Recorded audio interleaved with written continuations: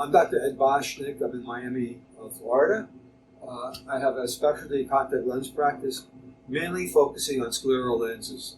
And I'm just going to discuss the therapeutic ability of a well-designed and well-fit scleral lenses. I'll present a few cases, and let's just see here.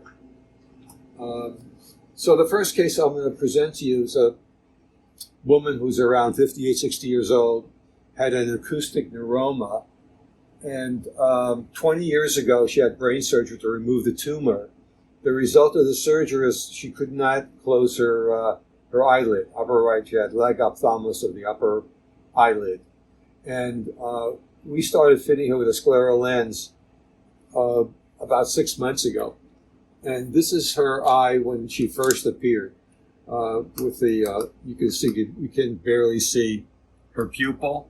And then we took an image with the keratograph. You can see the scarring and the dry, irritated area.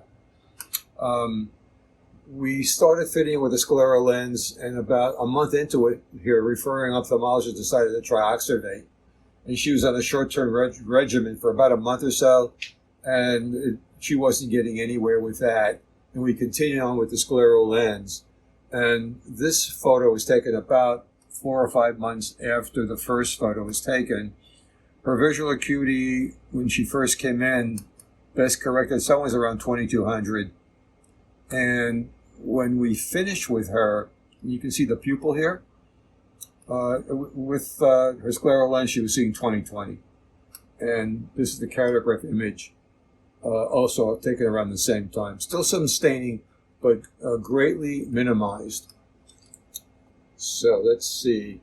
Oh, this is the OCT image taken of that eye when I first met her. And you can see the scarring here, the overgrowth of tissue under the scleral lens. And here, about 5 months later, it's gone. And this is topography of this patient. Has Stevens-Johnson syndrome along with autoimmune disease, and suffered in her right eye 3 episodes of herpes zoster infection. So she's got a scarred right cornea. And to protect that cornea, we fit both eyes actually with a scleral lens. And the first day she came in, we used a keratograph to measure the breakup time. And you can see the areas where it's red, where the tears are breaking apart. 1 day later, she came in this for a follow-up visit, and you can see how the breakup time is significantly different. 1 day later in the left eye, and the right eye significantly minimized. And let's see. This is a very interesting case. This patient was in a car accident when his car turned over. Flying glass, this is the left eye, by the way. Flying glass severed his upper left eyelid. And when he first came to see us, this is how his eye looked. You can see there's a scleral lens over the eye.